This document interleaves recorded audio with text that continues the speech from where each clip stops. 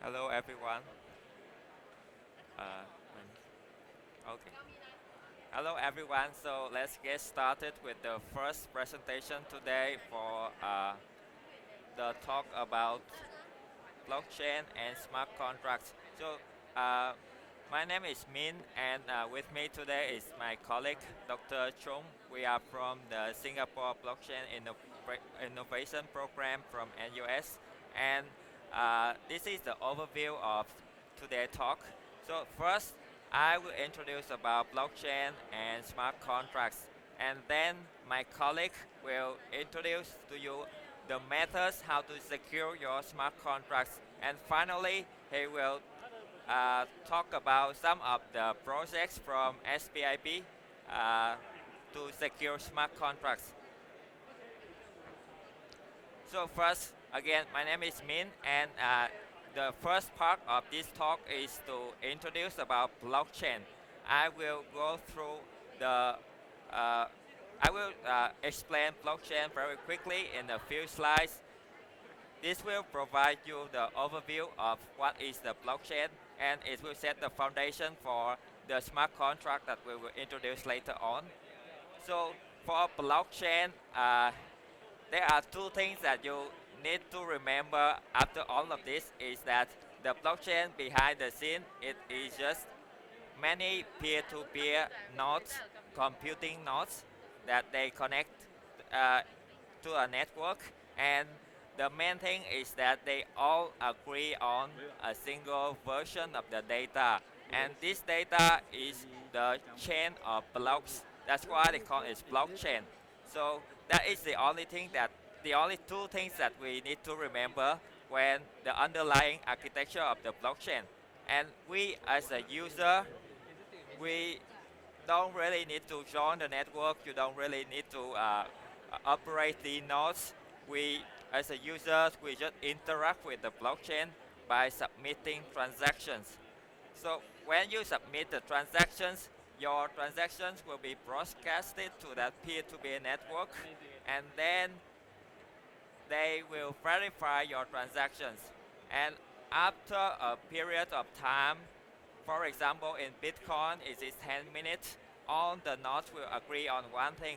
Let's move on. Let's put all of these verified transactions together into a data structure called a block, and then append it to all the blocks in the history. And then after this time, your transaction is uh, are completed. So the main thing again is that all the nodes they agree on keeping the same copy of this data, the list of blocks, and each block contains many transactions.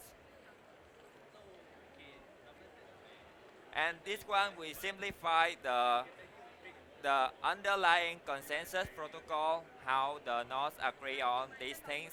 These are more complicated, so we will not go into detail today.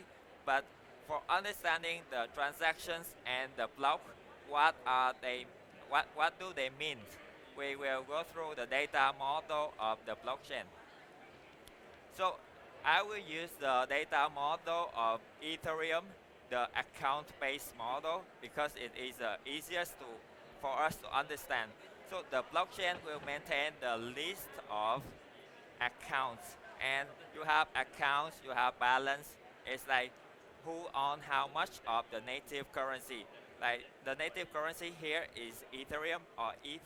Then this one is the state of the blockchain, and your transaction, the most popular transaction is that you transfer from someone to to transfer your token to someone else, and you can modify this state. Like Alice sent to Bob 10 ETH, and then the state will change. This is what transaction means, the basic transaction to transfer your tokens. And these transactions, again, they are included into the data structure, the block, and this block, along with other blocks, they form the blockchain. And behind the scene, remember that these are just peer-to-peer nodes in a network. And uh, also because of this, is it why the blockchain is also called distributed ledger, So distributed in the sense that it contains many distributed nodes, and ledger means that it keeps the list of transactions similar to normal ledger. So this is how the transaction are packed into one block, and we have multiple blocks. And there is another mechanism which is very unique for blockchain. That is how you can link the block together.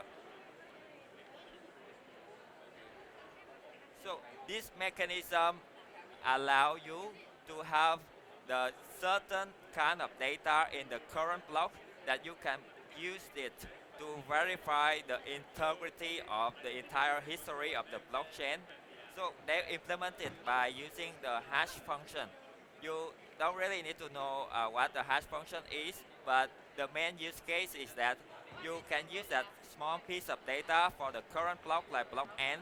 It has the data. You can use that to verify whether anything has changed in the previous block, and then the previous block also has that data to verify the block comes before it, and they can link back to the original, the first block ever created.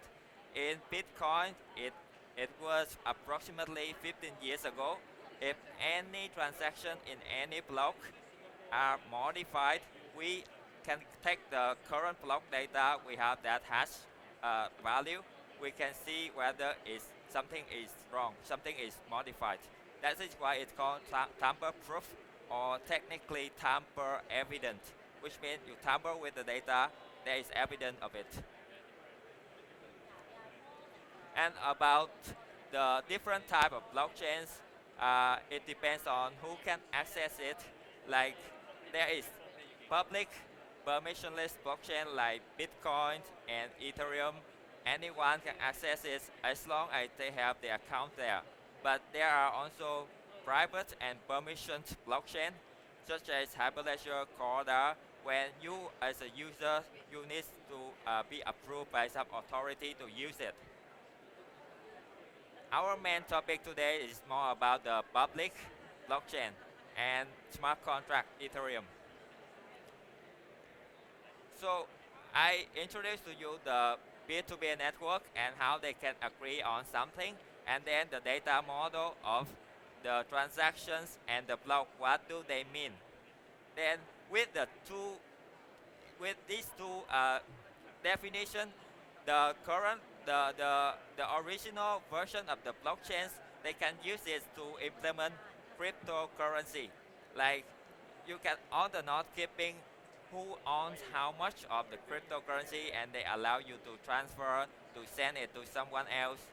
Then these are the basic application of the blockchains, but the newer generation of the blockchain, they allow even more than that.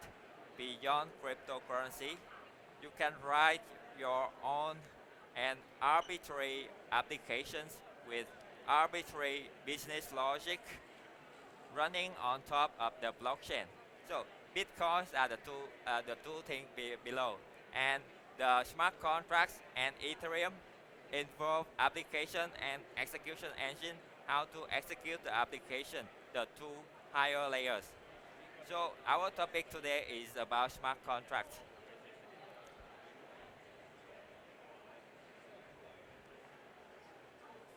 So next, I will use Ethereum to introduce about smart contract, because it is the pioneer in this kind of thing.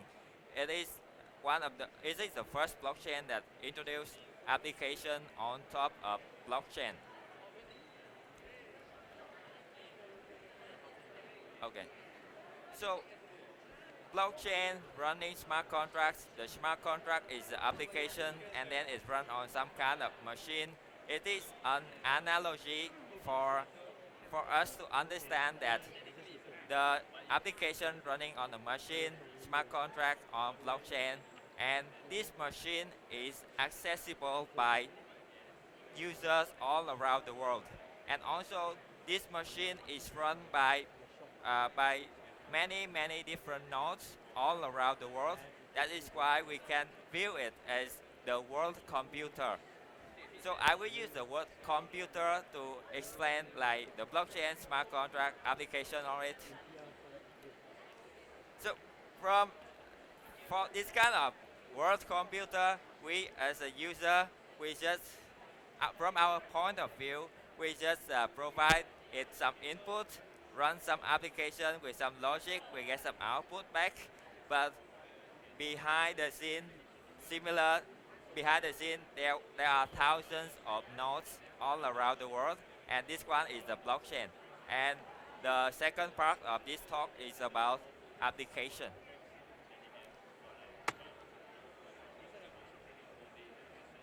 Okay. So blockchain with application like Ethereum allows you to write your arbitrary logic with many different applications, and this opened a whole new world of DeFi, Web3, and so many different applications that I don't have time to cover all of them today. So I should pick three of them, like the most popular ones, to introduce what uh, you can implement with smart contracts. And what can smart contract do? The first one is non-fungible token, or NFT. It was in the spotlight in the year 2021 and 2022.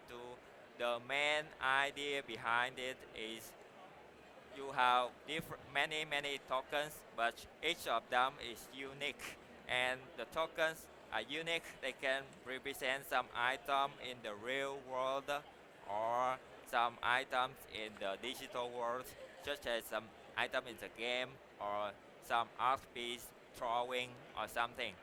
And because of that, you as the creator of this token, you can mint them, and then you can list them on exchange, selling, auction, and so on. And the second kind of application is fungible tokens. This one is different from NFT, but it's more familiar to us. The fungible tokens is similar to the digital money in your bank account or in the payment app like Payla, these kind of things. And for fungible tokens, it means that one token is not different from another. They can be used interchangeably. Like $1 is not different from another dollar. And the main purpose of this application of token is to transfer between users and to keep track of who owns how much. And with the two tokens popular applications, there is also a third application that facilitate trading between them. But this example, Uniswap, is not for the NFT trading, but for the fungible token trading. This thing, you can just swapping some amount of this token to get some amount of another token back. It's like you trading currency, foreign exchange kind of thing. And these are the three most popular applications that are easy to understand to us. So these are applications, and to develop them, the community agree on certain standards with certain code names. For example, NFT, the ERC 721 standard. This standard will define interface, how you interact with the smart contracts, how you use them, and what are the expected behaviors. And the same thing for fungible tokens with ERC20 standard. This standard defines, for example, the function transfer. You want to transfer to someone else, you use it, or you check your balance, or you check the owner of this NFT. And these are accepted by the community, and we will use one of them to demonstrate how to write your own smart contract today. And also the third one, we don't have standard for it, but for popular application, they have their own documentation on how you can interact with them.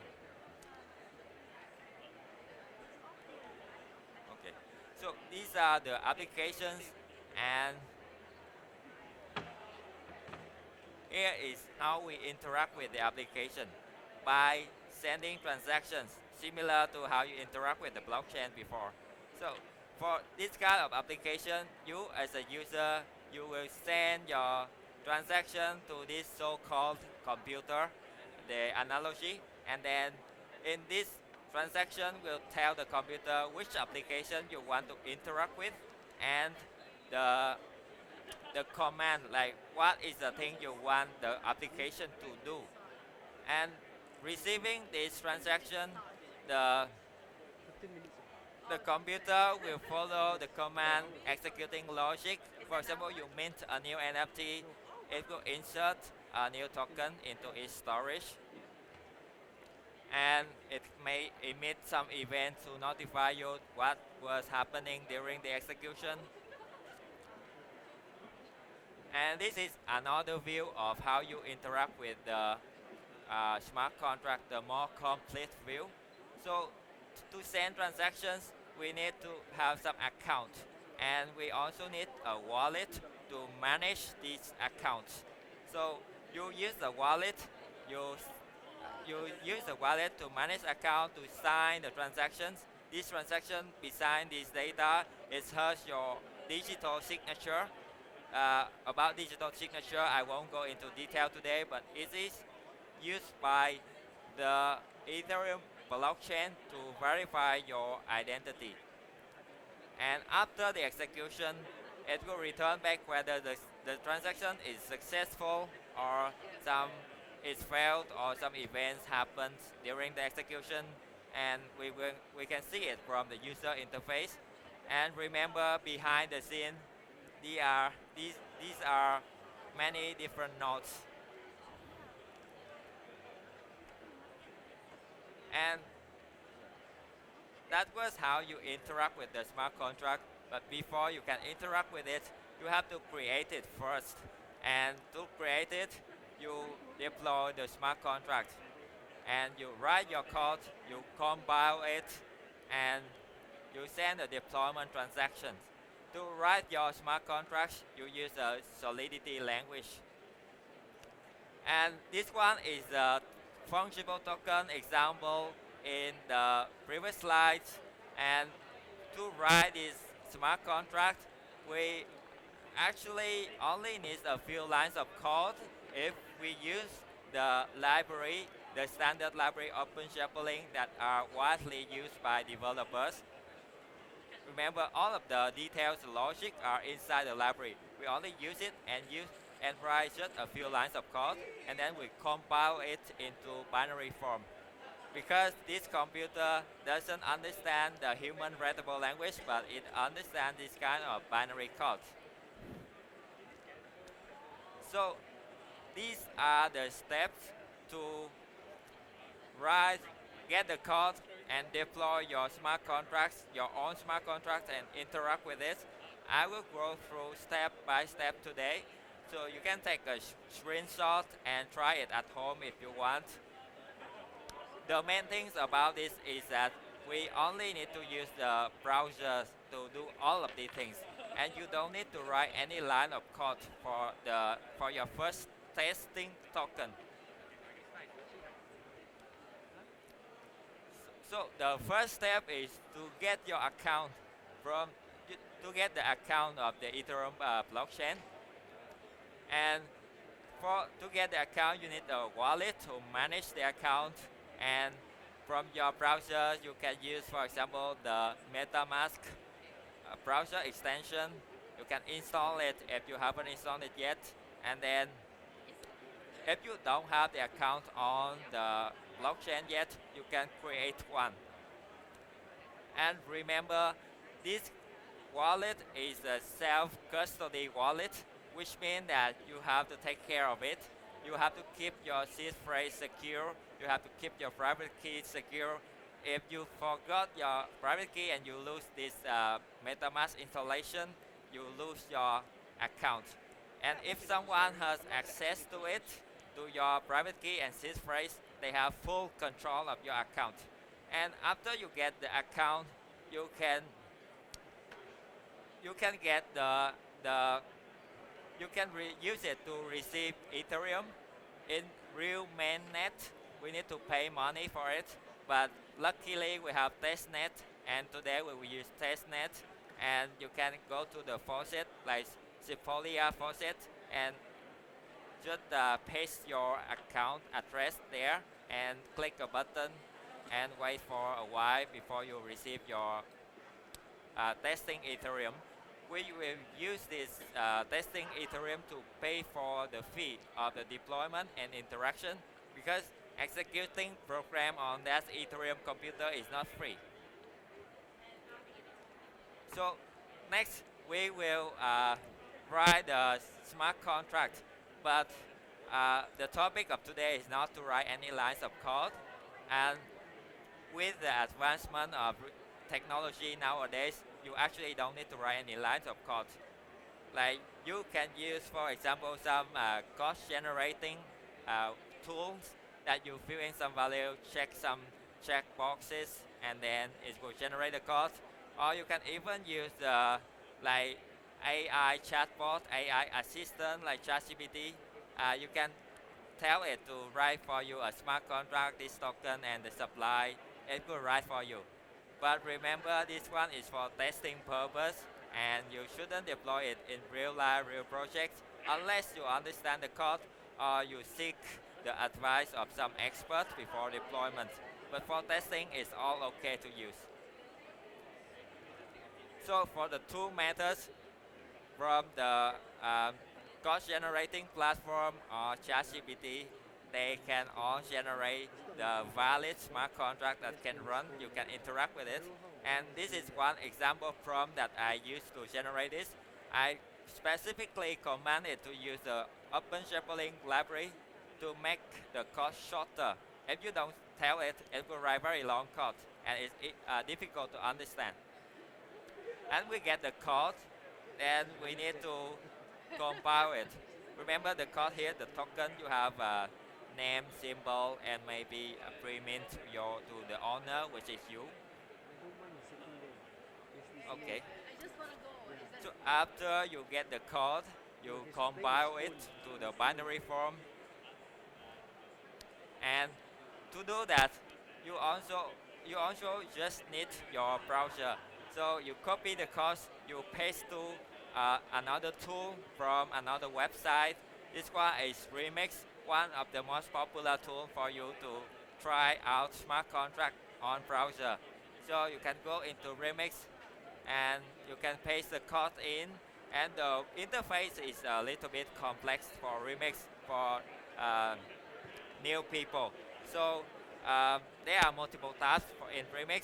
So you paste the code first, and then you go into the compiler tab, and then you choose the compiler version, and then you press compile, and hopefully you can see the green tick here, which means it's successfully compiled and it's ready for deployment. And yeah, next we can deploy the smart contract. But don't worry, recent version of Remix also has like Ask GPT some assistant for you to fix some problem if you have. And then within the Remix application, we can use it to deploy the smart contract. So after compilation, we go into the deployment tab, and now we need to send the transaction to the blockchain to deploy this smart contract. Remember that we had the account that managed by MetaMask earlier. We got some testing Ethereum there, so we need to select the environment MetaMask provider, and when we select that, we will see our account with some testing Ether there, and it's ready for deployment. And we click the deployment button, and you need to, there is a pop-up from MetaMask that you need to confirm that you want to send the transaction, and you pay some gas fees there. That is the fee that we need the Ethereum for. And you click confirm, you wait for a while for the network to confirm your transaction. Then within the same website, you can use it to interact with your smart contract, the one just deployed. And we can use it for very simple basic function like you transfer to someone. And in this example, after deploy, you can go into the transfer function, and then you can put in the receiver that you want to send 100 tokens to some random address, and then you click transact, wait, wait for a while, and then again you can check the balance of that new account. And that's all for interacting, deploying, and interacting with smart contracts. So this slide will wrap up the overview of everything before my colleague will come in and talk about security. And so we are user, we send transaction, and the transactions will be included into the data called the block. And in Ethereum, we have multiple blocks, and the block time is about 12 seconds. Every 12 seconds you have a new block with transactions, and it keeps going on. And the transactions will, there is a target for a transaction. When you want to interact with the smart contract, this transaction will point to the account, the smart contract accounts. This account is different from normal account that beside the balance, how much Ethereum it has. It also has the code and the storage. The code is the logic, how it can process the transaction. The storage is like the permanent storage. Similar to your laptop, you have the hard disk to store things. And when you send transaction, this one will invoke the Ethereum virtual machine, and it will run the code here, the binary code, instruction by instruction, following the logic that you wrote in the Solidity code before, and then the effect of the transaction will be written to the state storage or and return something to you. And this one is just a very simplified version of what is happening. If you are interested in how it works in detail, you can take a look at the Ethereum yellow paper online. And this is the end of my part. My colleague will, Dr. Chung will introduce some methods to secure smart contracts.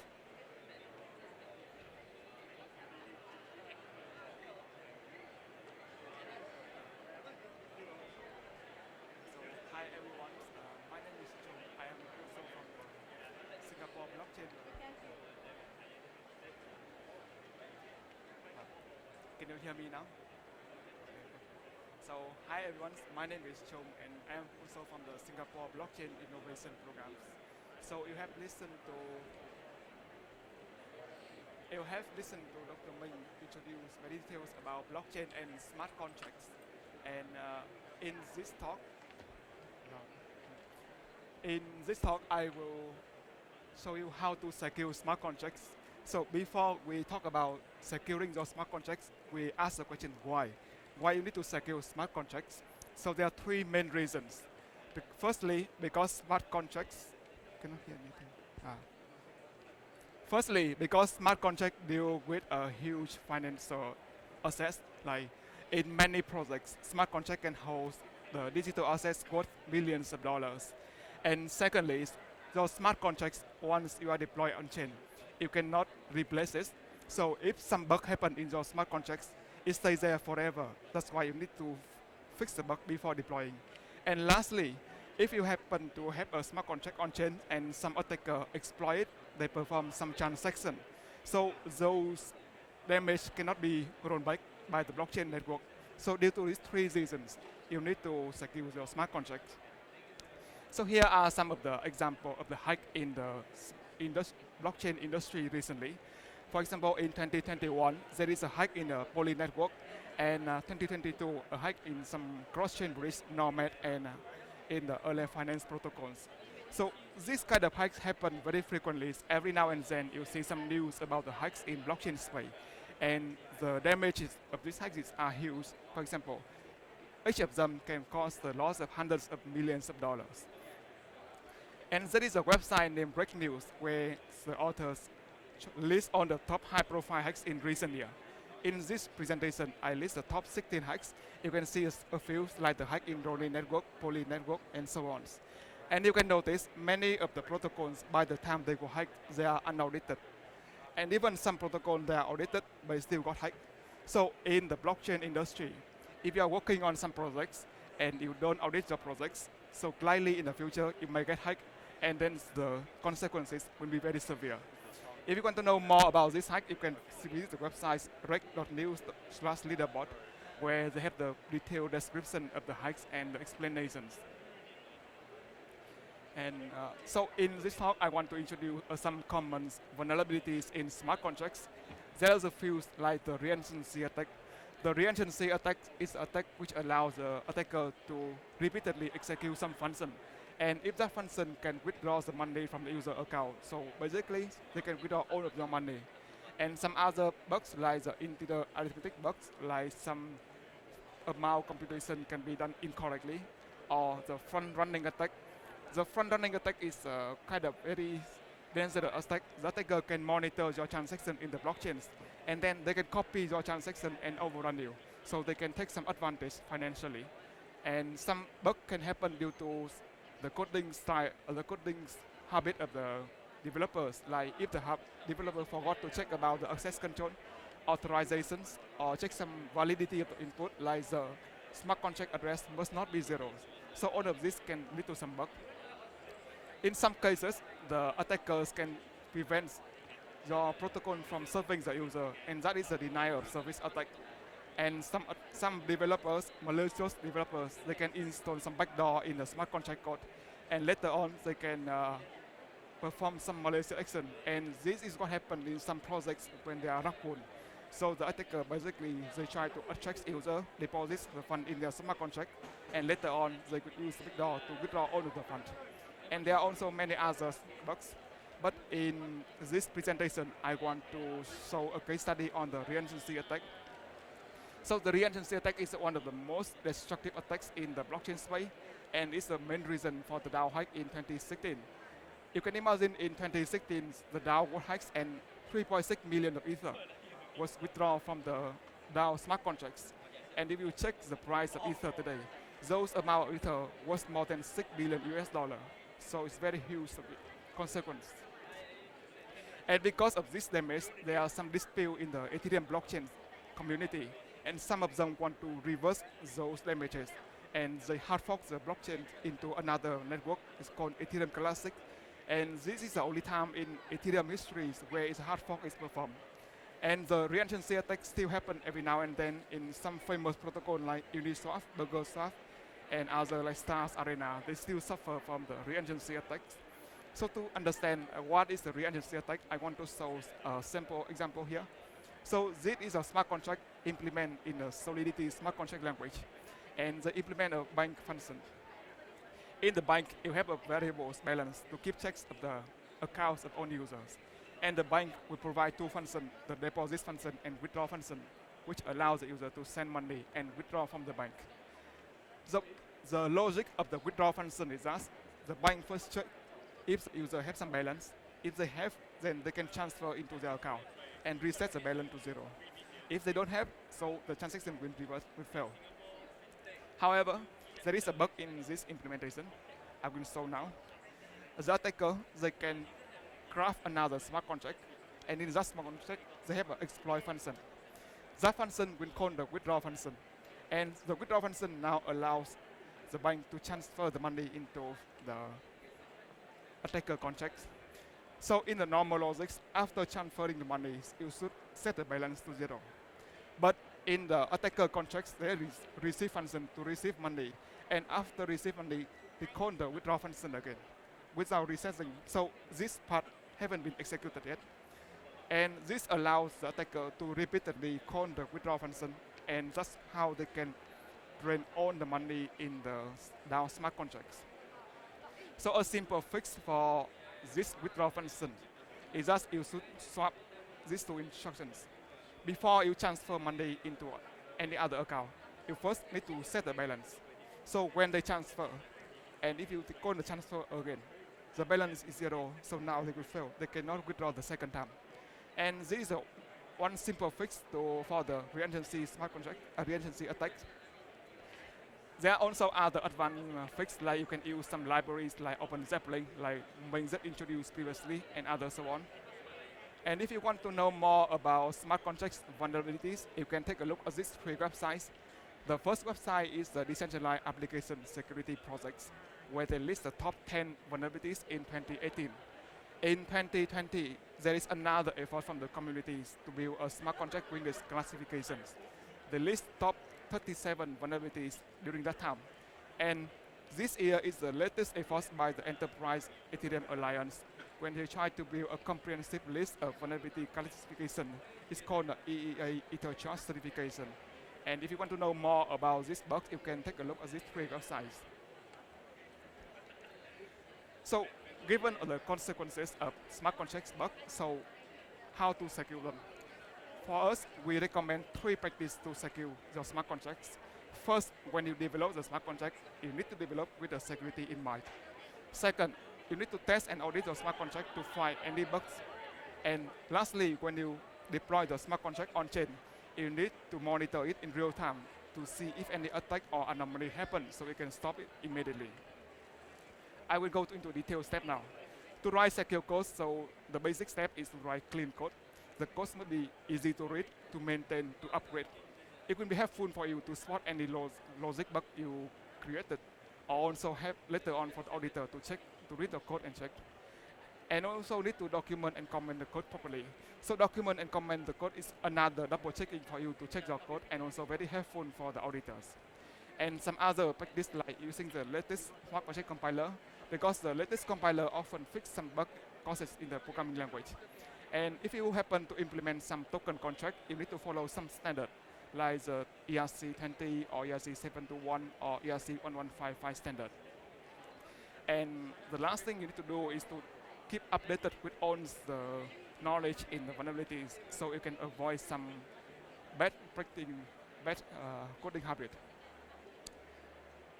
For testing and auditing, so when you are developing your code, you need to write unit tests, and the more unit tests you write, the better. And you also need to pay attention on some corner cases, because this is where the bug can happen.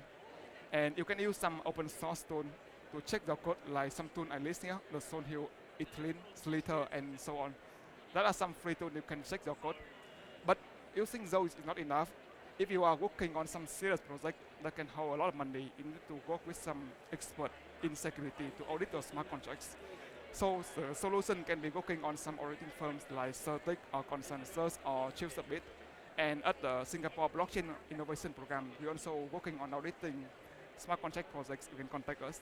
And some other platform like competitive auditing like Code4Arena, Immunify, they also provide some individual auditor. And lastly, to monitor your transaction on chains. This is very important because smart contracts, when they are deployed on chains, they are publicly visible to anyone. Anyone can read the code and anyone can interact with your smart contract.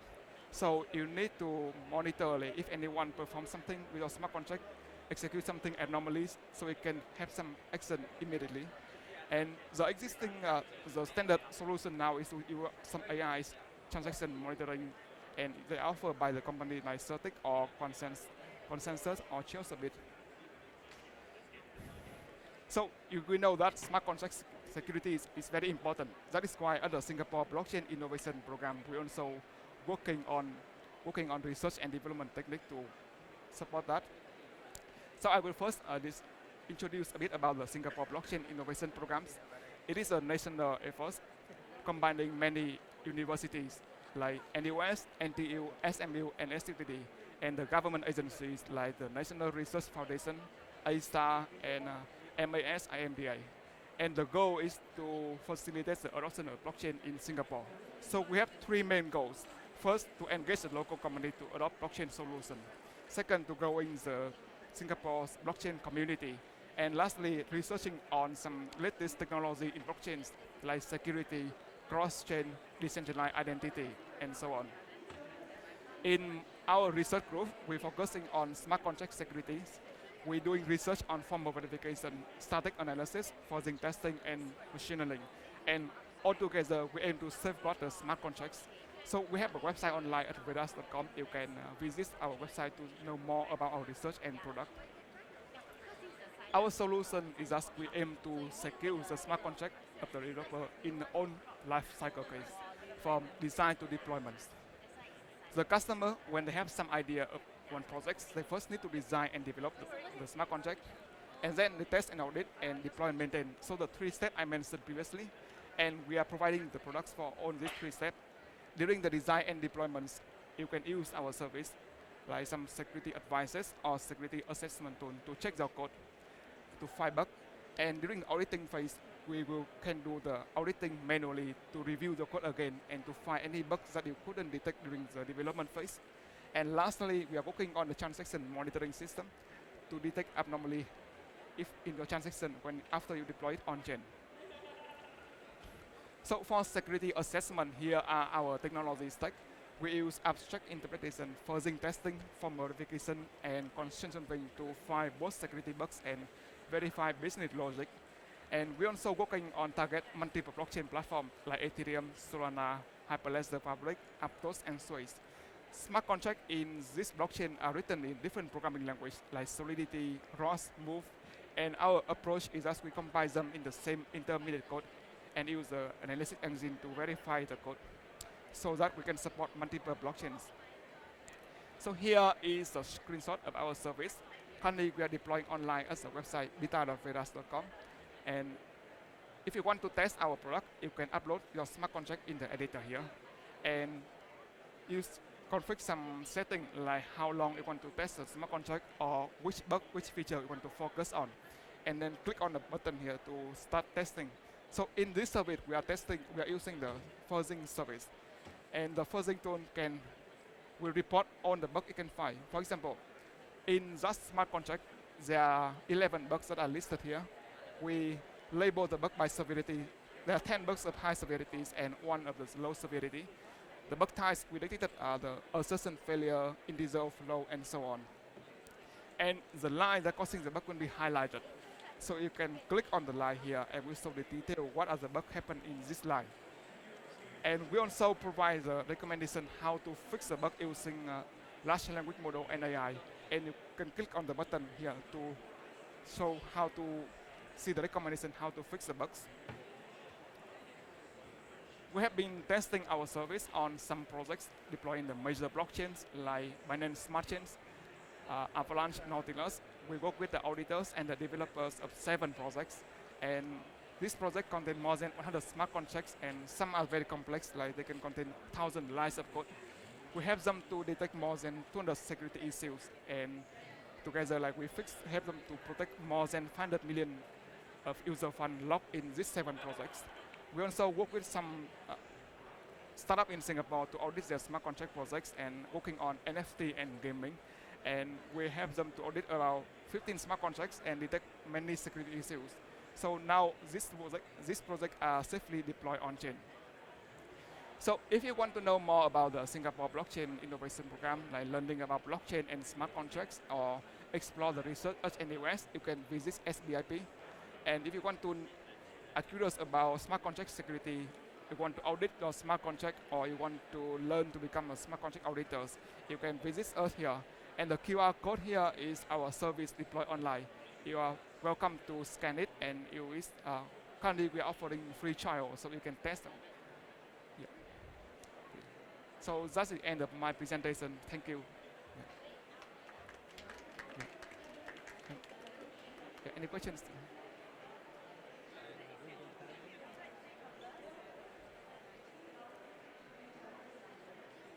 Okay. No. Is there one questions? No. Okay. Good. Thank you. Yeah.